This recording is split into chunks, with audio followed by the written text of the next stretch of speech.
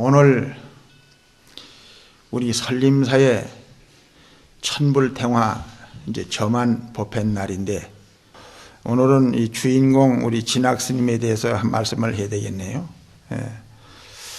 우리 진학스님께서 참 제주도에 오신 지가 제가 알기에도 수십 년 세월이 흘렀는데, 정말 그동안에 참 너무나 많은 세월 동안 한숨도 많이 쉬고 병원에 실려가기도 하고, 또 제주도 왔다가 교통사고를 당하기도 하고, 또한 어느 절에 있다가 그냥 거의 못 있어서 쫓겨나다시피 괄세도 많이도 받고, 한없는 눈물과 한숨 속에서 많은 세월을 보내왔습니다.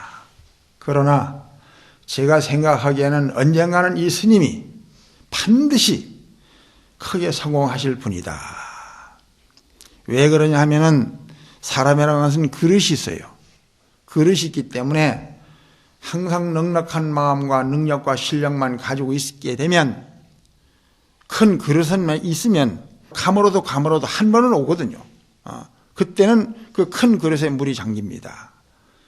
여러분도 아다시피 제주도에서 제가 보기에 이 설림사만큼 좋은 명당터가 있는 절 가지고 있는 사람이 있으면 나와봐라 그래요. 나는 딱 와서 보니까 이렇게 절 좋은 절 나타날 줄 알았어요. 참 법당도 잘 지었고 터도 잘 잡았고, 또 우리 진학스님 인물도 좋고, 그만하면 조금 뚱뚱해서 거의 조금 걱정되지만은 뭐 오게도 티가 있는데 그건 우리가 봐주기로 하고, 이 불쌍 거 보면은 참 대단한 분이에요. 참 이 자리에 어떻게 참 조목조목 그리 불사를 잘했고, 또 불상 모신 거를 봐도 어떻게 꼭 자기 닮은 부처님을 그렇게 잘 모셨는지 참 불상도 너무 원만하게 잘 모셨고, 또 이 여러분들 각 절에마다 다니면서 보지만은 이 천불 탱화 모신 거 봐보세요. 같은 탱화지면은 얼마만큼 기도하면서 정성껏 이 부처님 천불 탱화를 그렸는지 보면 압니다. 정말 제가 또 여러 번 가서 봤어요. 직접 그리는 걸 봤습니다. 그리고 저는 이 탱화를 모시면 꼭 이분한테 모셔요. 우리 광덕사 탱화도 이분이 모셨어요. 또 이분이 또 일타 큰 스님이 또 상자입니다. 그래서 그분의 고마운 마음도 전부 우리 진학스님한테 다 이렇게 합해가지고, 우리 진학스님 대단히 훌륭하십니다. 그리고 거룩하십니다. 그리고 장하십니다. 그리고 대단하십니다. 그리고 멋집니다. 이래가지고 모든 마음을 담아서 큰 박수 한번 올리도록 하겠습니다.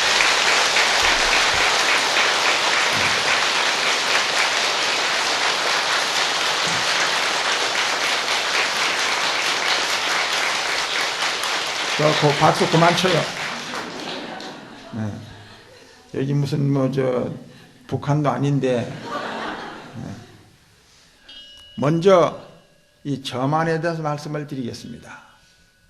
저만이라고 하는 것은 무엇을 저만이라고 그러냐면, 점칠 점자에다가 눈한자, 그래서 저만인데, 저만을 하기 전에는 나무로 만들면 그냥 나무 토막이고 조각품입니다. 또 무슨 진흙으로 만들면 그건 진흙으로 만든 조각이에요. 쇠로 만들었든 무엇으로 만들었든지 간에 뭐 그림을 그렸든지 뭘 했든지 저만 하지 않으면 모셔서 절 받으면 안 된다는 거예요. 절 하지도 말고 받을 필요도 없다는 거예요.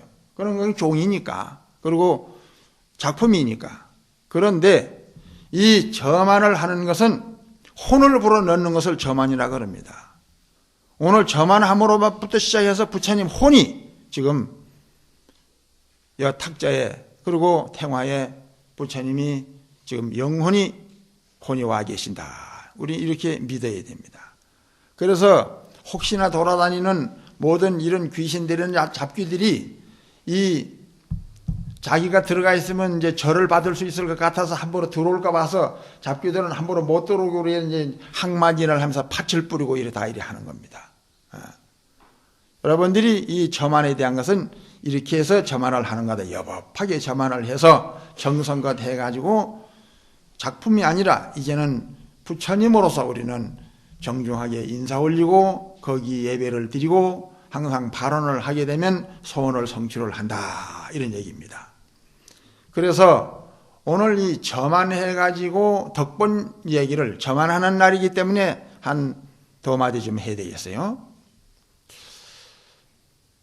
그 청일전쟁 때 서울에 심우정서라고 하는 절이 우이동에 있었는데 그 절 그 큰 스님이 누구냐면은 만해 한용운 큰 스님이 그 심우정서에 계셨는데 그때에 3대 독자 외아들이라고 하는 이 사람을 데리고 이제 군인을 뽑혀가게 됐으니 어쨌든 죽지 않고 살아봐야 되겠다 그 발언을 하니까 이 저만 하는 데 가서 법문을 듣고 그래 부처님 동참을 한번 좋다. 그래서 뭐 얼마를 내서 동참했는지는 나는 그건 몰라요.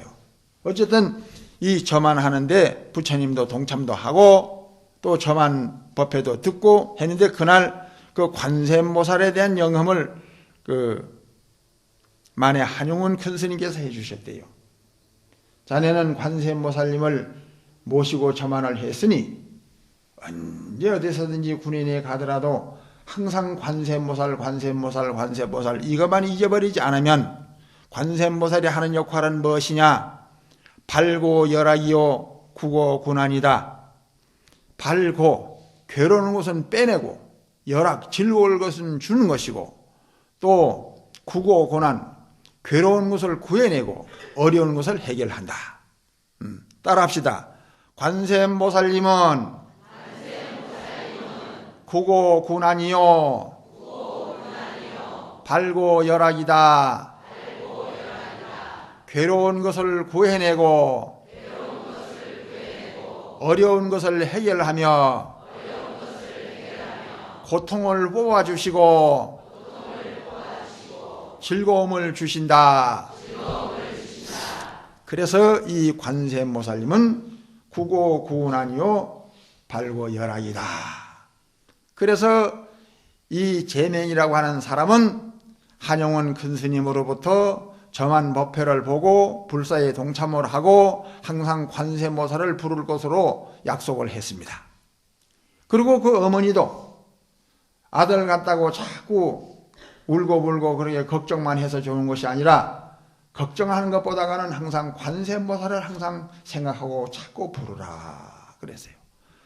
그랬는데 참 이게 웬일입니까? 군인 간지 불과 몇 달도 되지 않아가지고 늘 연부를 지극하게 했건만은 부고가 날라왔어요. 그 아들이 죽었다고. 참 청천벽력입니다. 또 얼마 동안 있다 보니까 또 6월이 도착이 됐습니다. 아들 죽은 6월이 도착됐어요. 그래서 관세음보살 불러도 소용이 없구나. 큰스님 법문도 소용이 없구나. 그래서 내가 이거 하나 유복자를 낳아가지고 이거 하나를 의지해서 살았는데 살아야 되나 말아야 되나 하다가 그래도 아들을 위해서 49제나 지내놓고 자기가 죽더라도 죽어야 되겠다 그래서 49제를 또 가서 지냈네요. 49제를 지내고 떡 집에 왔는데 문을 탕탕탕탕 두드리는 거요. 어머니 문 열어주세요. 문 열어주세요 그러거든요. 그래서 어머니라니 아니 부고가 오고 6월이 오고 49제가 끝났는데 사흘 동안 원도 한도 없이 시큰 울고 나서 나 지금 죽으려고 작정을 하는데 어머니 하니까 참 이상하거든. 귀를 의심해보니 분명히 자기 아들 음성인데 그때에 이 보살님 생각에 49제 지낼 때 그렇게 울지 마라 울면은 그 영가가 가다가 돌아온다고 그러더니 귀신이 가다가 돌아온 모양이다. 에? 원앙생 잘 가세요 극락으로 잘 가세요 원앙생. 이때 울면 안 된다는데 울었단 말이야. 돌아왔구나 생각을 했는데 저걸 귀신이라도 한번 봐야 되나 못 들은 척하고 놔둬야 되니 계속 두드리니까 아이고 죽는 마당에 뭐 귀신이라도 얼굴을 한번 보자 싶어서 그래 문 밖에 딱 가가지고 너 귀신이지 그러니까 왜 내가 귀신입니까? 빨리 문 열어요 추워요 그러거든. 이놈아 부고를 받았고 이놈아 유고를 해서 이제 뭐 49제를 지냈는지 네가 누구한테 어느 귀신인데 나를 속이려고 그러냐니까. 아이 빨리 문 열어봐요. 문 열어봐요. 이게 문을 청 열으니까 엄마 하면서 따뜻한 아이고 그냥 소름이 끼쳐가지고 그래 하는 소리입니다. 이제 야 귀신도 똑 사람 닮았네 그러면. 그런데 분명히 자기 아들은 아들인데 아무리 봐도 아들인데 이게 어떻게 되느냐 이거야. 이놈의 귀신은 밝은 물 속에 들어가면 이놈의 귀신이 맥을 못 춘다니까. 그럼 들어가자 말이야. 방으로 들어가자. 밝은 물에 가보니 아들 얼굴이 더 또록또록 하단 말이야. 아무리 생각해도 내가 이해가 안 간다. 내가 오늘 49지를 지내서 지금 갔다 온 길인데 네가 어째서 네가 살았느냐.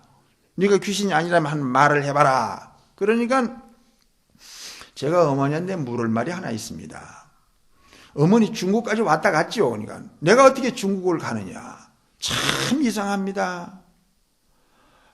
그 전쟁을 치르는데 총알이 막 그냥 깨뻑들 막 소리가 나고 그 비 오듯 총알이 쏟아지는데 중공군한테 포위가 돼가지고 그런데 그때 마침 제명아 엄마가 불러서 보초를 섰는데 모두 그냥 다 일망타진으로 죽게 생겼는데 야 이래도 죽고 저래도 죽을 바에는 어머니가 이까지 찾아왔으니 내가 철조망 밑으로 기어서 개울로 해가지고 엄마를 한번 얼굴에도 보고 죽어야 되겠다 싶어서 거기서 요즘 말하자면 탈영을 한 거요. 보초 서다가 말고. 예. 그래 그 개울 밑으로 해가지고 철조망 밑으로 해서 또 가보니 엄마는 또 이 산에서 나더니만서도 또 저 산에서 나거든요. 그래 소리 나는 곳만 향해서 그냥 도둑놈 도망가듯이 가면서 어머니 하면서 가는 거예요. 나중에는 어머니를 찾지도 못했고 그래서 할 수 없이 부대로 와보니 한 명도 안 살고 다 죽었어요. 전부 다. 자기 혼자만 사는 거예요. 그러니까 그 부대에서는 어떻게 됐냐면은 다 죽었기 때문에 한 명도 살은 줄을 알지를 못하고 전부 어느 다리가 어느 다리인지를 알 수도 없고 막 다 잘라지고 배가 터지고 누지가 아주 창자가 저 막 걸리고 하니까 그래서 이거를 모아가지고 화장을 해가지고 적당하게 이제 나누어서 집에로 다 보낸 거예요. 전부 다. 근데 이 제명이가 살은 줄은 누가 알겠냐 이 말입니다. 그래서 네가 그렇게 했구나. 나는 중국까지 가지 않았는데. 그래서 이 관세음보살님은 때와 장소를 탁 따라가지고 어떻게 해야만이 그 사람이 마음이 움직여 살릴 수 있느냐는 것은 그래서 관세음보살님은 미묘방편이래. 미묘방편. 미묘하고 신비스러운 방편을 가지고 있어요. 다른 방법 가지고는 그 사람이 탈영을 할 수 없으니 그 어머니 음성을 갖다가 들려줘가지고 그 사람으로 하여금 사람을 살려냈다. 이것이 부처님을 봉안하고 불사의 동참을 하고 관세음보살 부른 공덕이다. 그래서 이 제명이가 살던 집은 어머니하고 의논해가지고 우리가 암자를 만들 때 우리 살고 있는 집을 관음암이라고 지읍시다. 그래서 한평생 관음암을 만들어서 염불하고 그래 기도하다가 그래 참 행복하게 살다가 가셨다. 이런 가피력 이야기가 있습니다. 두 번째는 제가 우리 스승님 살았을 때 해인사 갔다가 우리 일자 타자 큰 스님부터 제가 직접 들은 이야기인데 여러분들 잘 알다시피 전두환 대통령이 어디 가서 물어보니까 그해 가을에 죽는데요. 어디 가서 물어봐도 죽는데요. 그래서 어떻게 하면 안 죽느냐 그랬더니 부처님을 모시는데 그래 동참하든지 부처님을 모시면 좋다. 그래서 합천의 해인사를 찾아가서 모시려고 그러니까 해인사는 큰 법당에는 못 모신다. 그래서 명월당 부처님을 그 모시도록 승낙을 했다는 거예요. 해인사에서. 지금은 그 명월당이 복영당입니다. 그랬는데 그분이 그러고 난 연후에 아웅산에 갔는데 17명이 다 죽었는데 살아난 사람은 전두환 대통령하고 이기백 장군이 살았는데 이기백 장군은 보광사라고 절에서 개건불사를 했고 전두환 대통령은 그 복영당 그 삼전부를 모셨다 이거예요. 그것도 얼마 전에 나는 알 수는 없어요.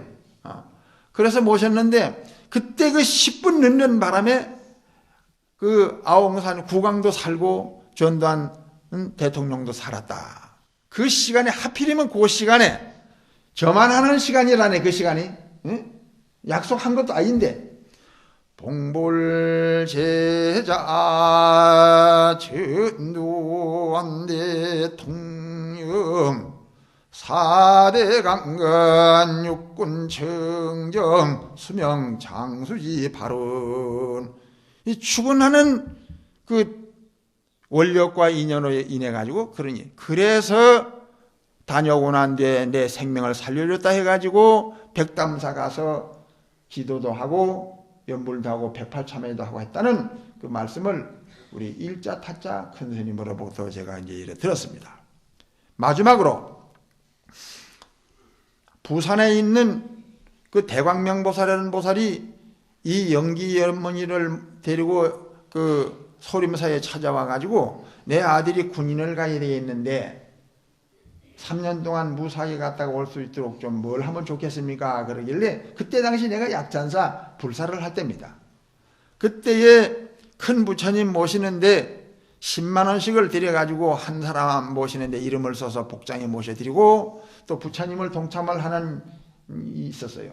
그래서 그거를 했어요. 그래봐야 뭐 큰 돈 들은 건 아닌데 나는 잊어버렸는데 그 후에 이분이 찾아와가지고 참 저는 부처님이 우리 아들을 살렸습니다. 왜요? 지금부터 하는 소리는 그 보살님이 하는 얘기. 지금 부산에 살아있으니까. 약천사에서 부산 영도에 자기 초등학교 그 부근에 비행기로 그 내린다. 그래가지고. 그래 보니 비행기가 하나 내리는데 신도들이 내리면서 아이고 어쩌고 연기는 죽는다 자꾸 죽는다. 그래 초상남집처럼 그래 많이 울더랍니다. 근데 마지막 부처님이 비행기에서 내리더니만서도 그 5손가락 쫙 피면서 광명이 나오는데 다른 사람들은 다치고 죽는다 하더라도 이 연기는 죽지 아니하고 다치지 아니한다 그러더래요. 괜히 꿈이에요. 참 이상하다. 무슨 이런 꿈이 다 있을까? 제대는 며칠 안 남았는데. 그런데 육군병원이라고 하면서 전화가 왔더래요. 그래서 이제 찾아가서 보니까 야 세상에 눈으로 볼 수 없는 참혹한 광경을 봤는데 그 30명 소대 중에 16명이 죽고 13명이 다치고 안 다치고 안 죽은 사람은 자기 혼자인데 왜 이런 일이 벌어졌느냐? 전방지역에 보초를 서는데 낮에는 재우고 밤에는 보초를 서요. 밤새도록. 근데 보초 서던 사람이 그 밑에 마을에 술집이 있는데 그 주변 사령이 보초를 잘 서는지 안 서는지 확인을 하다 딱 가보니 보초가 비어 있어요. 그런 거 비어 있으면 안 됩니다. 그럴 때 모두 간첩도 넘어오고 이상한 일이 생기거든요. 근데 보초가 비었으니 군인으로서는 자기 보초 서는 시간에 비면 그건 안 되는 거죠. 나중에 찾아보니까 술집에 가서 섹시하고 자고 있더라네요.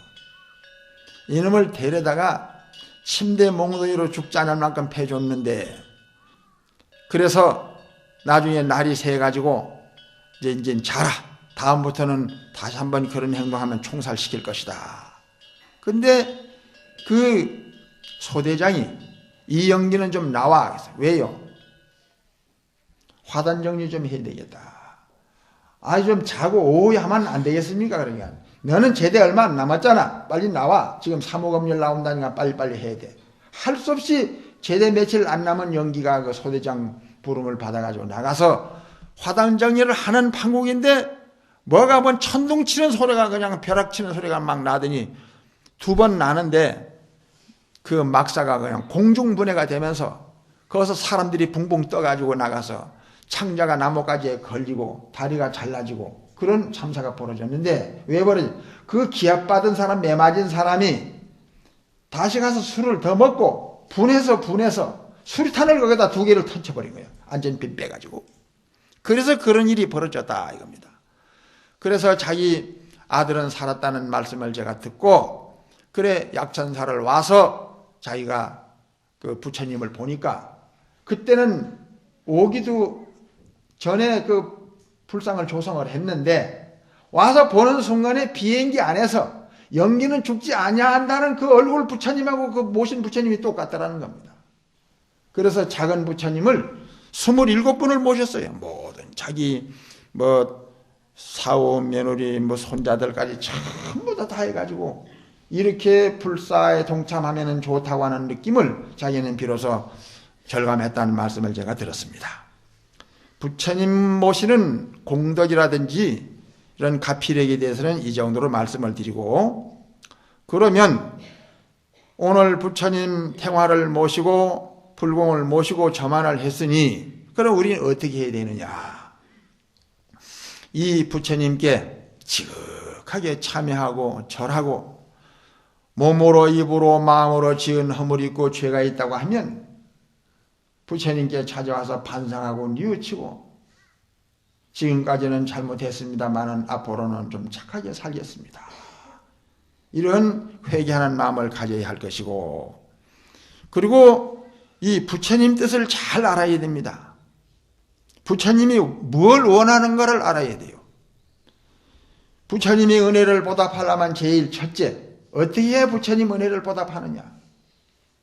우리 스님들을 대접한다 하더라도 스님 뜻을 알고 대접하면 되는데, 어떤 분들은 올 때마다 내복만 많이 사다 줘요. 내 내복 입어봐야 1년에 몇 개를 입겠어요. 근데 괴로운 것은 왜 내가 사다 준 내복 안 입었냐 이거예요. 또 안 입었냐. 그래, 이걸 그 신도님 올 때 그걸 찾아서 입을, 그때 무슨 내복을 줬더냐. 자꾸 이걸 찾으려니까 나도 괴로워요. 또 약 갖다 놓고는 말이에요. 그 좋은 약을 줬더니 또 그걸 안 먹었다 그러고. 그러니 어떤 데는 가면 또 온종일 이 집에 가면 커피 지금 특별한 겁니다. 그래서 그날 저녁 잠 못 잡니다. 속이 아픕니다. 그래서 손님을 대접을 한다 하더라도 스님의 뜻을 잘 알고 대접을 해야 되는 거예요. 필요 없는 거 계속, 박하수 같은 거, 양말 같은 것만 많이 갖다 주기 때문에 어떤 데는 막 찻대기로 내려갑니다. 그냥 어떤 데는 1년에. 그리고 이 부처님 뜻을 알아야 돼요. 부처님이 떡이나 밥이나 돈이나 절만 잘 지어준다고 부처님이 좋아하지 않습니다. 오늘 이 부처님 좋아하는 것을 알아야 돼요. 한번 물어보겠습니다. 한번. 부처님 뭘 제일 좋아할 것 같아요? 기도하는 거.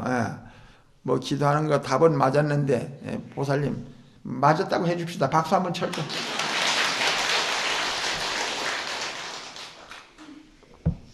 그런데 그거는 부처님이 절에 와서 열심히 기도하고 불공하고 하는 거는 부처님이 좋아하기는 좋아하는데 최고로 좋아하는 건 아니에요.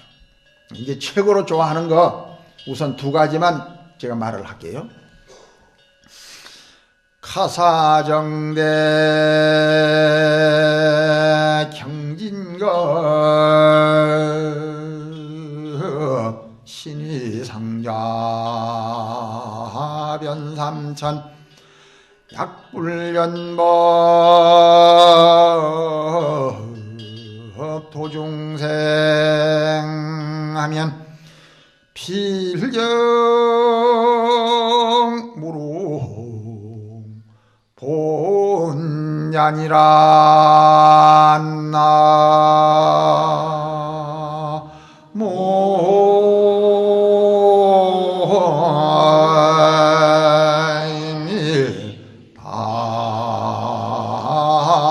나모밀밥을 가사정대 경진급. 만약 어떤 사람이 해낼 수 없는 많은 백년, 천년, 만년 동안을 신이 상좌 변삼처 이 몸뚱이가 부처님 앉을 때마다 방석이 되어드리고 진흙땅에 갈 때는 머리를 깔아서 발에 흙 안 묻도록 깔아드리고 평상에 대해드리고 그렇게 해서 부처님을 머리에 이고 또 덩어리에 엎고 땅바닥에 놓지 않고 그렇게 부처님을 시봉을 한다 할지라도 약불전법 도중성하면 법을 설해서 법을 전해가지고 중생을 제도하지 아니하면 부처님 은혜를 보답하는 사람은 아니다. 부처님 법이라고 하는 것은 등불과 같아서 이 세상의 모든 악을 제거시키고 모든 착한 마음을 싹트게 만들고 인생이 잘못되어 가는 것을 바른 길로 인도해주고 부처님의 올바른 법 등이 꺼지지 않도록 계속 굴러가도록 이렇게 해주는 것을 부처님은 가장 좋아한다 이겁니다. 여러분들께서도 아들이나 딸들이 옷 많이 사주고 고기 많이 갖다주고 뭐 팔날에 주물 아이고 너는 효자다 이거 아니잖아요. 자기들이 박사가 되든지 뭐 판검사가 되든지 잘 성공을 해가지고 모든 사람들에게 존경과 사랑을 받게 되면 부모님은 그걸 원하는 것이지 여러분 대접자 알아주는 거 좋아하지 않잖아요. 부처님도 마찬가지다. 그래서 법을 전해서 중생을 제도하는 것을 부처님이 합니다. 그래서 우리 진학스님께서도 절 잘 지어서 폼 잡으려고 절 지은 것이 아니라 여러분들을 한마디로도 일깨워주고 가르쳐주고 바른 길로 인도해주고 모든 영가들을 극락으로 왕생히 시켜주고 집안이 편안하고 아들, 딸 잘 키우도록 그렇게 항상 포교하고 염불하고 기도하는 그런 마음으로 살기 위해서 이런 절도 필요한 것이다. 법을 전해서 중생을 제도하는 그것이 부처님 뜻을 받드는 길이고 부처님의 은혜를 보답하는 일이다 이거고, 또 하나는 복을 지어야 됩니다. 우리가 새해가 돌아와서 복 많이 받으세요 복 많이 받으세요 그러면 복 많이 받아지나요? 웃기는 것은 지가 복을 많이 가지고 있으면서 받으세요 그것도 좀 말이나 좀 그렇다 손 치더라도 복도 아무것도 없으면서 복 많이 받으세요 빈 말로만, 그거는 뭐 돈 많은 주는 것만도 못한 거예요. 복 많이 받으세요 안 하는 것보다는 낫겠지. 많이 받으세요 해서 받아지는 것이 아니라 복 받을 수 있도록 말하고 복 받을 수 있도록 행동하고 복 받을 수 있도록 마음을 써야 됩니다. 그러려면 어떻게 해야 되느냐? 복 받는 종류가 8종류가 있는데 8종류 중에 시간 관계상 오늘은 한 가지만 우선 말씀을 드릴게요. 몸이 편찮은 사람, 몸이 불구가 됐다든지 어디 아프다든지 하면 그런 사람에게 잘 대접하고 간병하는 것이 이것이 최고의 불공이라 그랬어요. 여러분, 남편이 몸이 아프다든지 아내가 몸이 아프다든지 하면 서로 남남끼리 만나서 건강할 때 어떻게 어디 가서든지 간에 잘 뛰놀고 다 좋잖아요. 몸이 불편하면 얼마나 비참하고 서럽겠습니까? 그런데 몇 년 전에 자기 병든 남편 남자 구실도 못하니까 그 사람을 27일 동안 굶어서 죽여가지고 보험을 타먹었어요. 결국에는 그 보험사에서 이상하게 생각해서 그래 고발을 해서 알아봤더니만서도 굶어 죽였어요 아주. 그러면서 다른 남자를 만나서 즐기고 한평생 남남끼리 만나서 부부가 돼가지고 그런 식으로 해서 수백 년 사라지겠습니까? 그래서 우리는 자기 아내를 사랑하고 자기 남편을 존중하고 사랑해서 몸이 불편했을 때, 그리고 사업하다가 부도가 났을 때, 불행해졌을 때 그때에 원망하거나 깔보거나 미워하지 말고 그때에 치근한 마음을 가져주고 용기를 주고 아플 때는 내 몸 아픈 것처럼 생각해서 잘 받들어주는 이것이 복지는 일이고 팔복전 중에 간병복전이 제일이다 이런 얘기입니다. 부처님께서 그 바사의 왕이 1255사람을 초청을 했는데 나는 오늘 집에서 할 일이 있다. 그래서 그날 가시지 않고 제자들만 다 갔습니다. 그날 부처님은 그 집에서 뭘 했느냐? 병들어 누워서 신음하는 그 요즘 말하자면 문둥병 같이 고름이 막 나오고 가리침을 밭아가지고 그래서 방도 없고 무슨 마곡간 같은 데서 있으니 똥 치는 사람도 없어 놓으니까 지푸라기를 깔아줬는데 이게 막 떠덕떠덕 이 몸하고 붙어가지고 누룽지가 돼가지고 더러운 냄새가 코를 찌릅니다.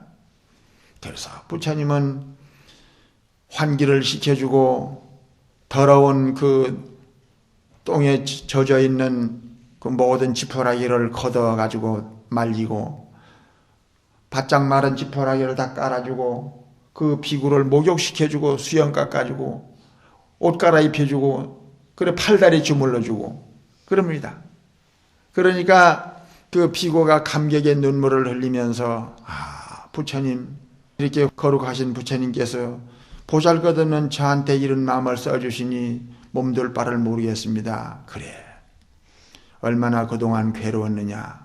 그래 너희 지금 마음 심정이 어떠느냐 하고 물었어요. 물으니까 그 병든 비구가 말을 합니다. 부처님 오늘 나 한 사람을 두고 저 대종고향 왕궁 초청 받아서 간 사람들 저 인간이라고 볼 수 없습니다. 세상에 나를 밥을 갖다 준다 해도 안 갖다 줄 때가 더 많고 갖다 줘도 냄새 난다 그러면서 갖다 주고 퍼뜩 갖다 주고는 가보니 국 쏟아질 때도 많고 그래서 나 같은 사람은 막 빨리 안 죽는가 하는 생각만 가진 놈이 바로 저놈들입니다. 저기 무슨 도 닦는 놈들입니까? 이러고 불평불만을 많이 했습니다. 이때에 석가모니 부처님이 병든 비구에게 그래 얼마나 분하고 억울하고 섭섭했으면 너가 그런 표현을 하겠느냐. 너 심정은 이해는 한다마는 내 한 가지 물어보세요. 너 옛날에 너도 건강했었지? 아이고 제가 젊었을 때는요 한솔에 쌀아가머니 버쩍버쩍 들고 동네에서 씨름해가지고 소도 타고 이거 팔씨름 해가지고 나 이긴 사람이 없습니다. 내 이랬던 사람입니다. 과거에는. 그래 그러면 그렇게 건강하고 잘 나갈 때 너 혹시 아픈 사람 보면은 죽여라도 끓여주고 약이라도 갖다주고 팔다리라도 주물러주는 일이 있냐? 그러니까 그런 것은 기억이 없는데요. 그러면 아픈 사람 보면은 참 마음 아파해주고 그래 좀 밥이라도 갖다 주면서 좀 위로라도 해주고 그래 그런 것은 있느냐 하니까 그것도 기억이 없습니다. 그거 봐라. 뿌리지 아니한 씨앗에 어찌 열매를 거둘 수 있겠느냐. 너가 젊었을 때 병든 사람을 보고도 본체 만취하고 너무나 냉정한 모습으로 그렇게 네 건강만 자랑했을 뿐이지 치근하게 생각하고 약도 안 구해주고 그랬으니까 네가 다른 사람 원망하지 말아라. 자작자순이라 잡초를 뿌리면 잡초가 태어나고 꽃씨가 떨어지면 꽃이 탄생되는 법이다. 그럴 때 마침 또 이제 이 밥을 얻어가지고 왔어요. 근데 병든 밥은 없고 부처님 몫을 가져온 거예요. 이거 임금님께서 보내신 차담입니다. 그러면서 천천히 부처님께 올리니까 부처님께서 바나나를 까서 잘라가지고 병든 비구 입에 넣어주시고 그리고 해라 그러면서 밥도 또 넣어주시고 그 모습을 그 제자들이 모두 구경을 했습니다. 그건 부처님 몫인데 왜 그 사람을 자꾸 줍니까? 그러니 그때 중생공양이 재벌공양이라는 표현이 나왔어요. 여러분 이 대목을 잘 들어야 됩니다.